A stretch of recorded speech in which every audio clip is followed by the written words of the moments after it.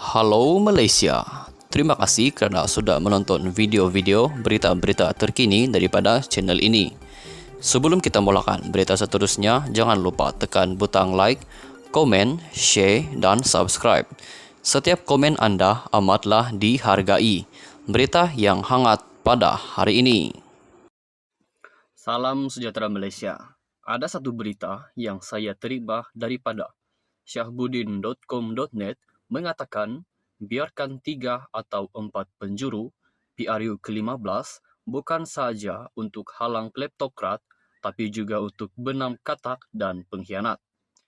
Di sebalik keinginan Tun Mahathir Mohamad agar parti-parti pembangkang saling bekerjasama bagi menumbangkan Barisan Nasional BN mendapat sambutan agak dingin dan meskipun Anwar Ibrahim juga memutuskan tidak akan menjalin sebarang hubungan baik dengan Perikatan Nasional PN maupun GTA, riuh rendah suara penganalisis dan ahli akademik yang mahukan penyatuan blok pembangkang masih lagi kuat kedengaran. Mereka secara umumnya memberi ingatan tanpa saling bekerjasama, blok pembangkang tidak akan berjaya, lebih selesa untuk Barisan Nasional BN berkuasa semula. Disarankan juga meskipun berbeza pendapat dan pendirian, semua parti pembangkang mesti berlapang dada dan bersatu hati untuk satu perkara iaitu menghalang Barisan Nasional jadi kerajaan semula. Benarkah hanya dengan penyatuan pembangkang saja Barisan Nasional BN boleh dikalahkan? Apakah menumbangkan Barisan Nasional satu-satunya matlamat tunggal yang maha penting yang wajib dicapai bagi blok pembangkang, khususnya Pakatan Harapan dan ia mengatasi sebuah keutamaan yang lain? Memang benar bahawa menjadi kerajaan menumbangkan Barisan Nasional BN dan mengelakkan kleptokrat berkuasa semula adalah misi penting bagi blok pembangkang, tetapi PH jangan lupa kepada persoalan lain, iaitu keserabutan politik yang berlaku hari ini adalah disebabkan pengkhianatan dan kerana ada ahli politik yang tidak malu menjadi katak. Semua itu berlaku disebabkan tamak kuasa, dengki, iri hati, dendam tak berkesudahan, dan pelbagai elemen busuk hati lain yang bersarang dalam jiwa mereka yang berkenaan. Mereka lupa atas tiket apa mereka dipilih rakyat serta kerana apa rakyat mengundi mereka. Disebabkan semua perangai jahat itu, maka kerajaan PH yang dipilih melalui undi rakyat lebih rela dijatuhkan sehingga membuka laluan kepada parti yang kalah menjadi kerajaan. Jika Pakatan Harapan PH setuju menjalankan kerjasama baik dengan PN atau GTA untuk menghadapi PRU 15 akan datang, bermakna mereka rela memberi nyawa kepada pengkhianat dan katak untuk bernyawa semula. Sementara UMNO dilihat begitu tegas menolak untuk bekerjasama dengan PAS semata-mata kerana tidak mahu menyelamatkan katak-katak yang telah melompat ke dalam kolam bersatu, di manakah maruah PH jika masih berlapang dada sedia menerima pengkhianat untuk tidur sebantal dengan mereka dalam satu kelambu? Lebih baik sebenarnya setelah diselamatkan nanti dan katalah BN berjaya ditumbangkan, apa jadi kepada blok pembangkang akhirnya?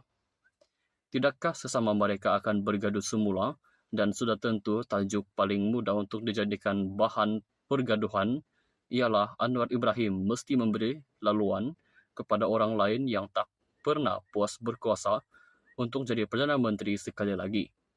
Dalam erti kata lain, perbalahan dan dunia politik negara akan menjadi kotor semula hanya kerana blok pembangkang setuju untuk saling bekerjasama bagi menjatuhkan Barisan Nasional itu. Atas sebab itu, Pakatan Harapan PH mesti tegas menolak sebarang bentuk kerjasama atau cadangan berbaik semula dengan golongan, pengkhianat dan mereka yang pernah menjadi katak sebelum ini. PRU ke-15 bukan saja medan untuk mencari kuasa bagi memulihkan negara dan melaksanakan reformasi serta menghalang kleptokrat kembali memegang kuasa, malah juga bagi membersihkan politik negara ini daripada kekotoran yang disebabkan oleh pengkhianatan dan kegemaran melompat parti. golongan tersebut lebih mungkin dapat disingkirkan dan dibenam kariernya jika Pakatan Harapan PH tidak menerima mereka sebagai rakan kerjasama.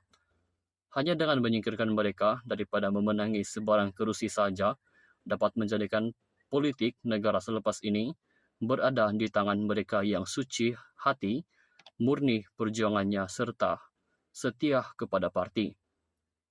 Jangan bimbang jika periode 15 nanti berlangsung sama ada 3 atau 4 penjuru. Bahkan jangan lupa PH menang pada periode 14 dulu pun melalui pertandingan 3 penjuru.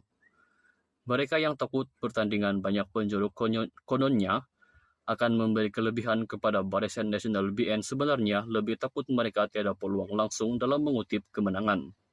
Percayalah, pengundi lebih memilih parti yang ada prinsip perjuangan dan tidak bersekongkol dengan pengkhianatan serta pelompat-pelompat katak bertanding parti yang sanggup mengorbankan nilai-nilai murni sendiri demi mengejar kilauan fata morgana kuasa semata-mata. Malah, dengan kekal berpegang kepada prinsip itu, bukan saja penyokong sedia ada tidak lari, pengundi atas pagar juga mungkin lebih teruja dan tergairahlah untuk turut sama memastikan lakaran kejayaan yang diburu Pakatan Harapan PH menjadi kenyataan. Ketegasan PH menolak untuk bekerja sama dengan pengkhianat dan katak juga selari dengan usaha mereka mengadakan MOU dengan kerajaan sehingga terlaksananya Akta Lompat Parti. Sudah tentu Akta Lompat Parti akan menjadi sampah di mata rakyat jika Pakatan Harapan PH akhirnya memutuskan bekerja sama dengan kelompok dengan kelompok yang di badannya ada job sebagai pengkhianat dan pernah menjadi katak. Untuk menggapai kemenangan yang jauh lebih penting ialah terus bekerja keras, bekerja kuat, dan pastikan peratusan keluar mengundi melebihi 80%. Selain kekal dengan prinsip bukan dengan memeluk semula pengkhianat dan katak yang pernah menikam belakang sebelum ini. Sekian saja berita untuk hari ini. Kita jumpa lagi di video yang seterusnya. Stay safe, stay healthy. Bye-bye.